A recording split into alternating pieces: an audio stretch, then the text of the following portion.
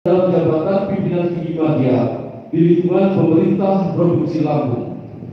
Dengan rahmat Tuhan Yang Maha Esa, Presiden Republik Indonesia menimbang dan seterusnya, mengingat dan seterusnya, memutuskan, menetapkan dan seterusnya, kesatu dan seterusnya.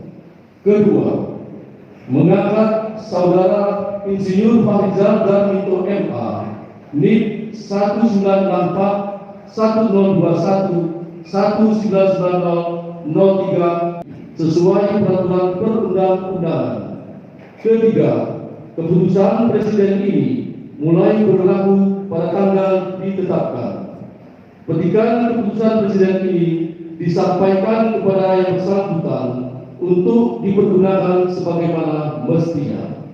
Ditetapkan di Jakarta pada tanggal 16 Oktober 2019, Presiden Republik Indonesia Joko Widodo. Persiapan pengambilan sumpah jabatan dan pelantikan pimpinan tinggi media Sekretaris Daerah Provinsi Lampung oleh Gubernur Lampung kepada Bapak Insinyur Farizal Darmito MA didampingi roh hadiwan, dipersilakan menjadi tempat yang telah ditentukan.